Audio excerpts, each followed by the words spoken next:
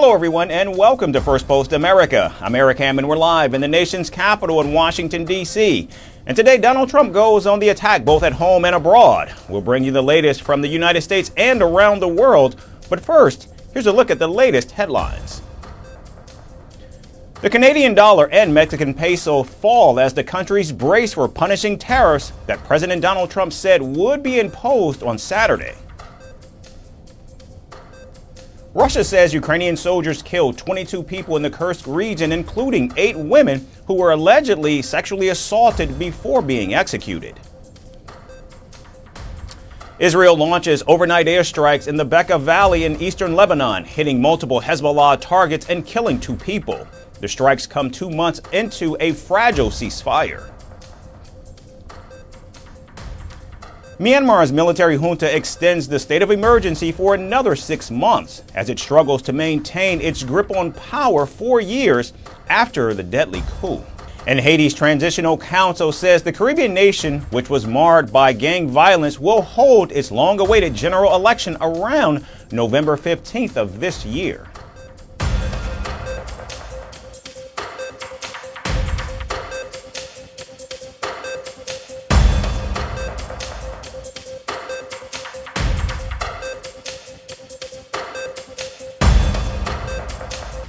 We began right here in the United States at the White House, where President Donald Trump on Thursday blasted diversity, equity, and inclusion programs after the deadly air crash right here in Washington, D.C. Speaking to reporters at the White House, Trump slammed former Presidents Joe Biden and Barack Obama for promoting DEI policies during their presidencies. Now, this as he speculated that lower standards for recruitment for air traffic controllers might have resulted in the disaster.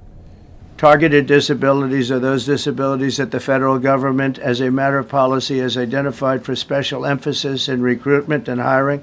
The FAA's website states they include hearing, vision, missing extremities, partial paralysis, complete paralysis, epilepsy, severe intellectual disability, psychiatric disability, and dwarfism all qualify for the position of a controller of airplanes pouring into our country, pouring into a little spot, a little dot on the map, a little runway.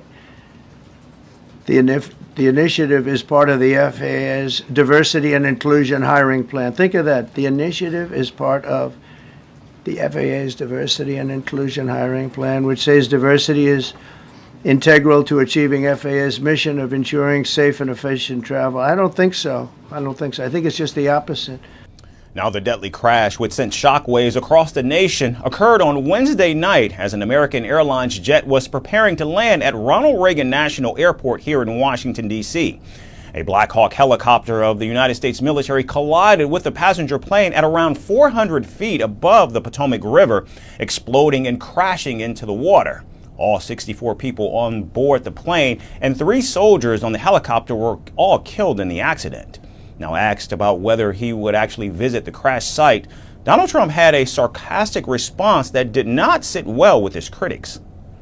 Do you have a plan to go visit the site or meet with any of the I have a plan responders? to visit, not the site, because you tell me, what's the site? The water? Or to meet with the first responders down there?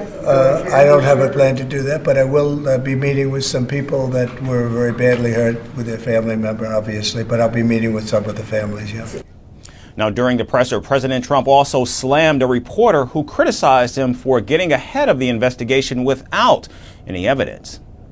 And yet know the names of the 67 people who were killed, and you are blaming Democrats and DEI policies and air traffic control and seemingly the member of the U.S. military who was flying that Black Hawk helicopter. Don't you think you're getting ahead of the investigation right now? No, I don't think so at all. I don't think with the names of the people, you mean the names of the people that are on the plane? You think that's going to make a difference? Does it comfort their families? They are to hear you a group of DEI people that have policies? lost their lives. If you want a list of the names, we can give you that. We'll be giving that very soon. We're in coordination with American Airlines. We're in coordination very strongly, obviously, with the military. But I think that's not a very smart question. But are you I'm blaming- surprised coming from you. Now, when pressed on how he could connect DEI initiatives to the unfortunate incident, President Trump said he has common sense that apparently most people don't.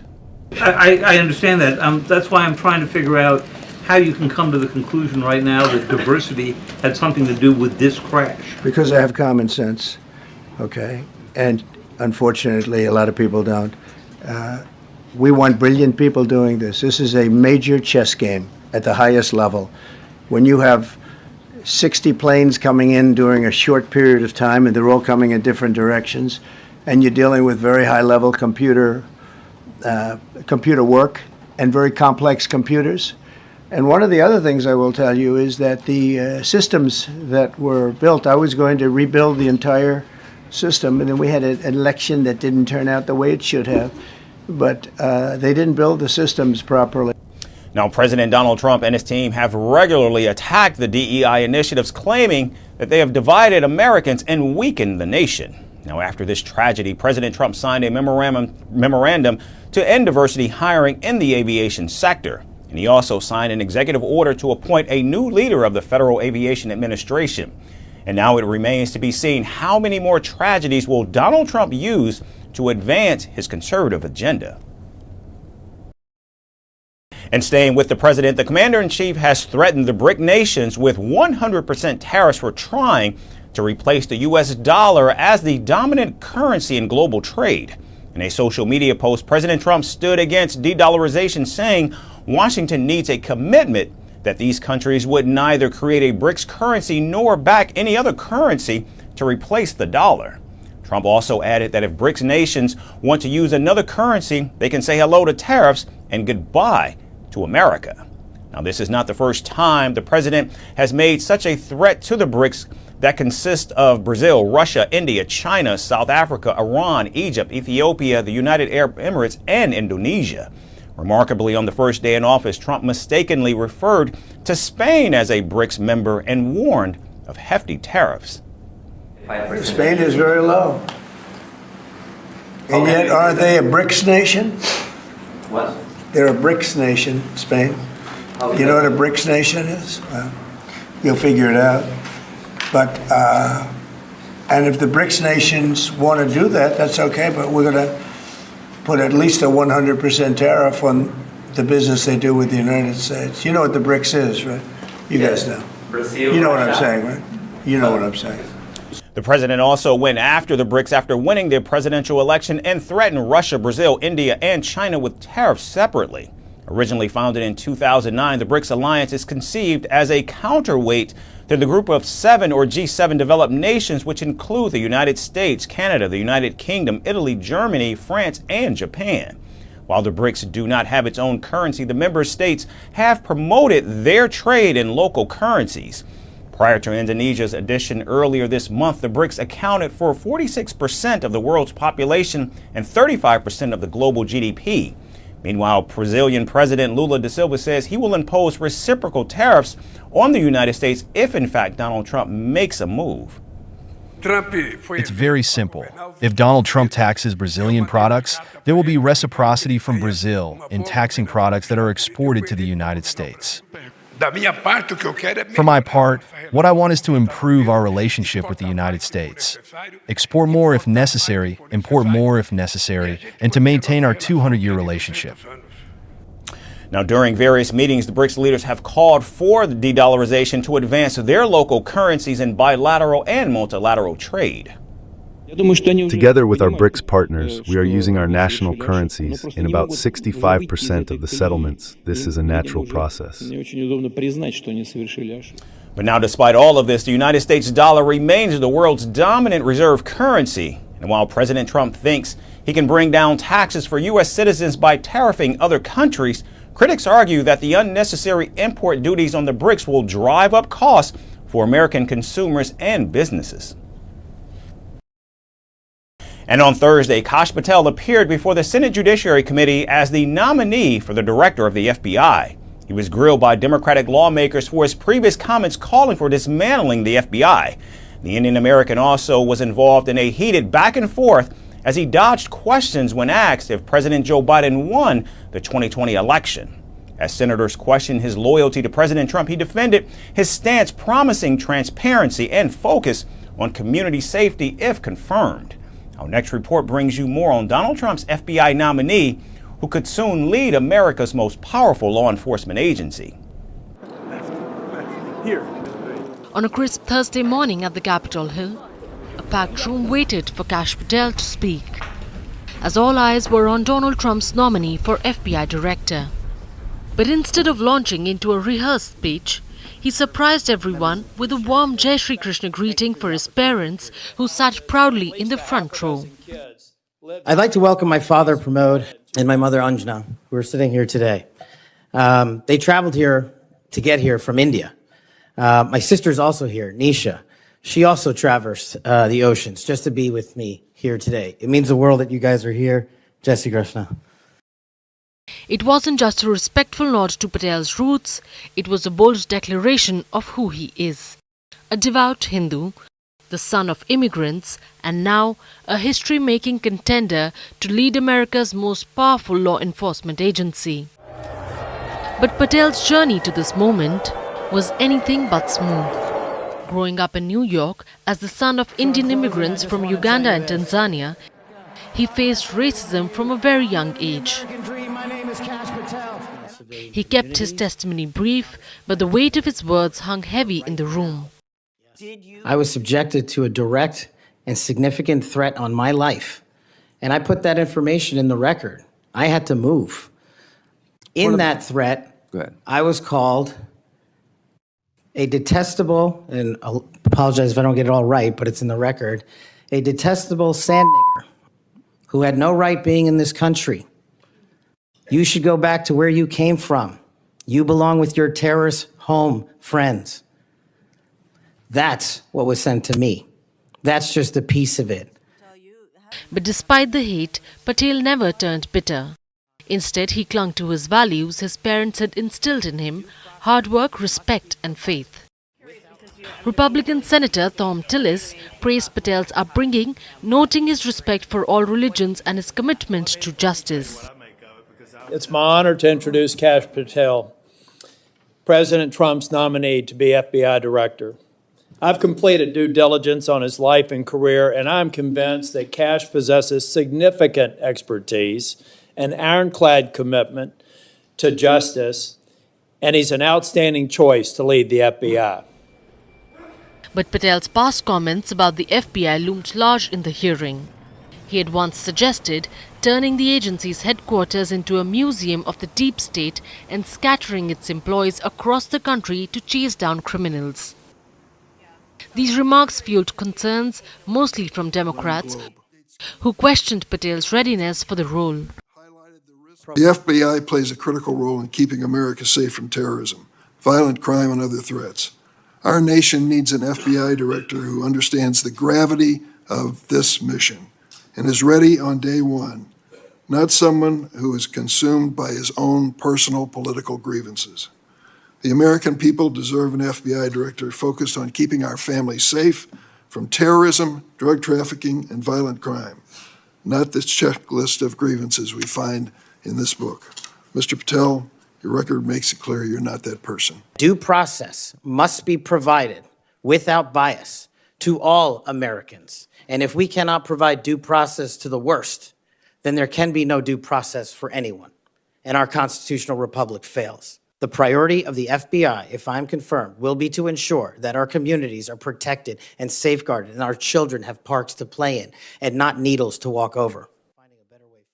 But that wasn't all. The grilling had just begun. One after the other, the Democratic senators narrowed down on Patel, on January 6th to stop the steal, even questioning his stance on the Capitol Hill riots on January 6, 2021. I have always rejected any violence against law enforcement, and I have, including in that group, specifically addressed any violence against law enforcement on January 6th, and I do not agree with the commutation of any sentence of any individual who committed violence against law enforcement. So do you think that America is safer because these 1,600 people have been given an opportunity to come out of serving their sentences and live in our communities again? Senator, I have not looked at all 1,600 individual cases. I have always advocated for imprisoning those that cause harm to our law enforcement and civilian communities. Now, while some senators were dismissive of Patel, there were some who'd supported him and quashed accusations that Patel had a revenge list against government officials. It's no surprise that public trust has declined in an institution that has been plagued by abuse, lack of transparency, and weaponization of law enforcement. Mr. Patel has precisely the qualifications we need at this time when the FBI is not being respected by our public. Mr. Patel, should you be confirmed, you'll take charge of an FBI that is in crisis. As the hearing continued, Patel spoke and his parents watched with their faces filled with pride. Their son wasn't just a nominee. He was a symbol of resilience and faith in the face of adversity. As the hearing wrapped up, one question lingered. Could Kash Patel, a man who proudly embraced his roots while enduring hate, transform the FBI into an agency trusted by all Americans? And now moving to Europe, German lawmakers have plans of banning the far-right Alternative for Germany, or AfD party. The ruling coalition of the Social Democrats and the Greens Party filed 2 motions to ban the AfD. Lawmakers of the Social Democrats warn that AfD is a threat to Germany's democracy and accuse the far-right party of harboring a xenophobic and racist ideology. The parliamentary proceedings to ban the AfD party come less than a month before the February 23rd election. However, the AfD party has now received support from the main opposition, the center-right Christian Democrats, or the CDU party. The Greens and the Social Democrats are, one may even feel sorry about it, but these 2 parties are now a shrinking social and political minority. Such a social and political minority should not use a party like the AfD as a tool to ensure that the political majority in Germany is not heard, is ignored, and that the will of this majority is not adequately represented in the German parliament. Weil wir nun gestern eine Entscheidung im Deutschen Bundestag gesehen haben und morgen eine weitere. Now, earlier this week, the German parliament passed a regulation allowing the crackdown on illegal migrants after the main opposition party, the Christian Democrats, teamed up with the far-right AfD party. Chancellor Olaf Scholz and even former Chancellor Angela Merkel slammed the Christian Democrats for supporting the AfD party. Chancellor Scholz said the AfD party was anti-European and its anti-immigrant sentiments were a threat to humanity.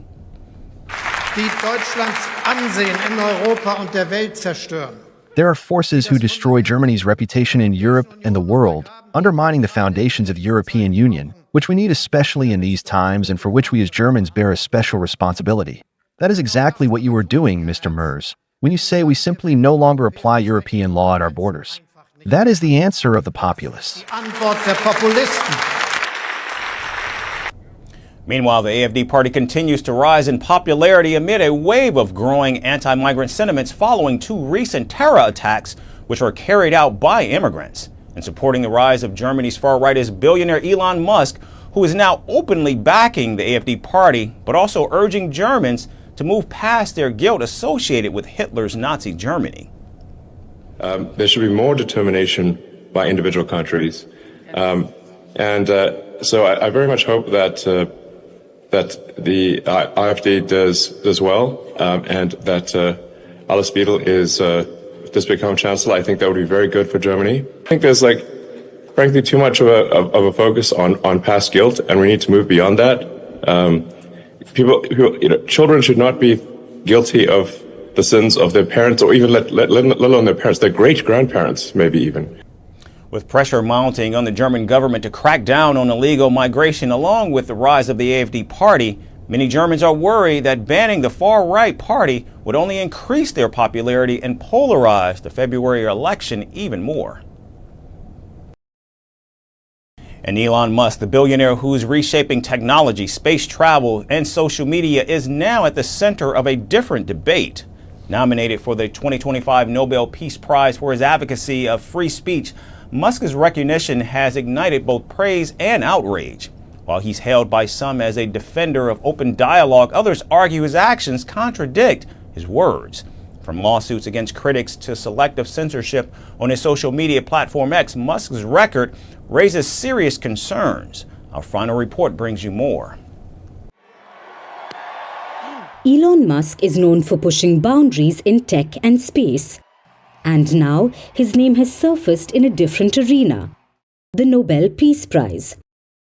The billionaire has been nominated for the 2025 award for supporting free speech.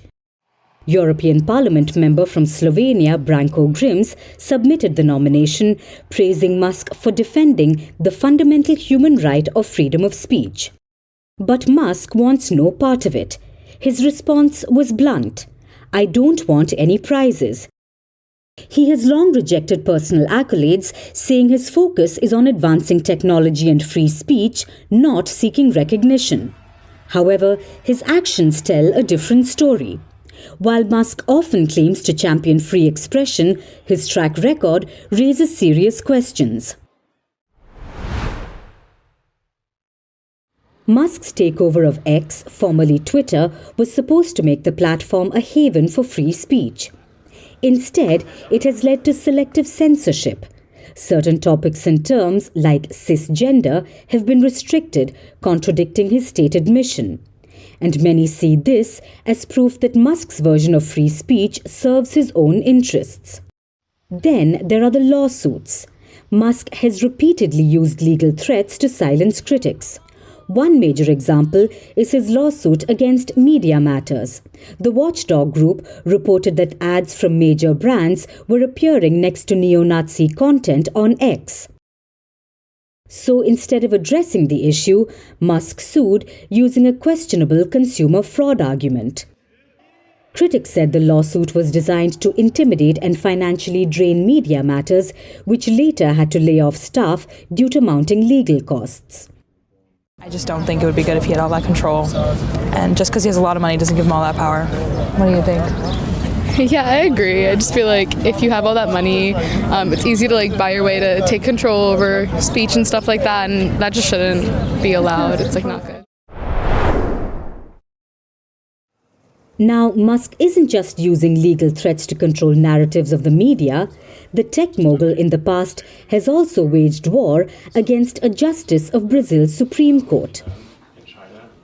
The spat between the self-declared free speech absolutist and the Brazilian judge began in January 2023 after former President Jair Bolsonaro's far-right supporters, spurred on by false claims of electoral fraud, spread on social media. But Musk framed them as attacks on free speech and democracy and put himself on a collision course with the judiciary in Brazil. Now, that's not all. Just days ago, the Tesla CEO labeled German Chancellor Olaf Scholz as "auf Shits" in response to Scholz's remarks at Davos, where he stated that freedom of speech in Germany and Europe does not accept extreme right positions. Thank you. And notably, this statement from the billionaire came just within a day of Trump's inauguration, where he sparked controversy by making a gesture that many have likened to a Nazi salute. While Musk claims to defend free speech, his actions often do the opposite. The billionaire suppresses criticism, attacks journalists, and uses lawsuits as weapons. And even though free speech has always been contested, today its biggest threat comes from those claiming to protect it. That's First Post America for this Friday. I'm Eric Ham, signing off from our studios in Washington, D.C. Thanks, everyone, for tuning in.